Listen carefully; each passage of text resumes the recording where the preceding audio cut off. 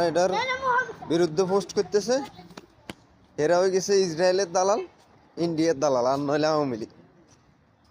ফেসবুকে ঢুকলেই কেউ সৌদির বাদশারা নিয়ে ছবি এটাতেই কটূক্তিকরণের লাই এটা লয়, মানে এটার বিরুদ্ধে পোস্ট করতেছে, কেউ আবার এটার পক্ষে পোস্ট করতেছে। যারা এটার বিরুদ্ধে পোস্ট করতেছে এরা হয়ে গেছে ইসরায়েলের দালাল, ইন্ডিয়ার দালাল, আর নইলে আওয়ামী লীগ।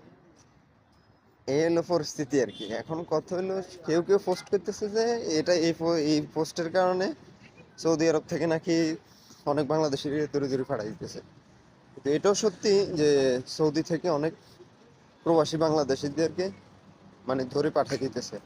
যেমন রিয়াদে একটা ঘটনা ঘটছে। জেদ্দা তো আমি জেদ্দাতে থাকি। জেদ্দাতে এখানে আমি শুনছি অনেক জায়গায় অনেক বাংলাদেশিদের ধরে পাঠাই দিছে।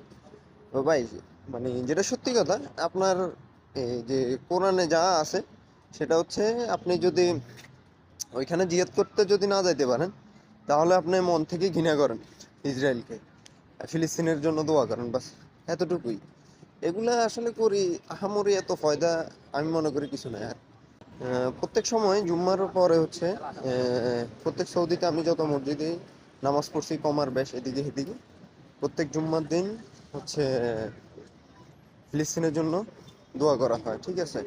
তো কোরআনেও বলছে তুমি যদি সরাসরি জিহাদে না যাইতে পারো, তাহলে ওদের যারা মানে ইহুদি খ্রিস্টান এরা যারা নির্যাতন করতেছে তাদের প্রতি ঘৃণা করো, আর মুসলিমের জন্য দোয়া করো। আমার মনে হয় দোয়া করাটাই বেটার, আর ওদেরকে ঘৃণা করাটাই বেটার, যেহেতু আমরা সরাসরি যুদ্ধে যাইতে পারতেছি না। তো এগুলা লই নিজেরা কামড়াকামড়ি করি লাভ নাই। আসলে আমরা নিজেরাও ইসরায়েলে যাইতে পারবো না যুদ্ধ করার জন্য, বা ফিলিস্তিনের আমরা হয়তো আর্থিক সহযোগিতা দিতে পারি কোনো ওয়ে যদি থাকে, এতটুকুই বাস, এর বেশি কিছু না। তো নিজেরা এসব ফোন মারামারি করার থেকে বিরত থাকা ভালো, ঠিক আছে? আমার কাছে এটাই বেটার মনে হচ্ছে।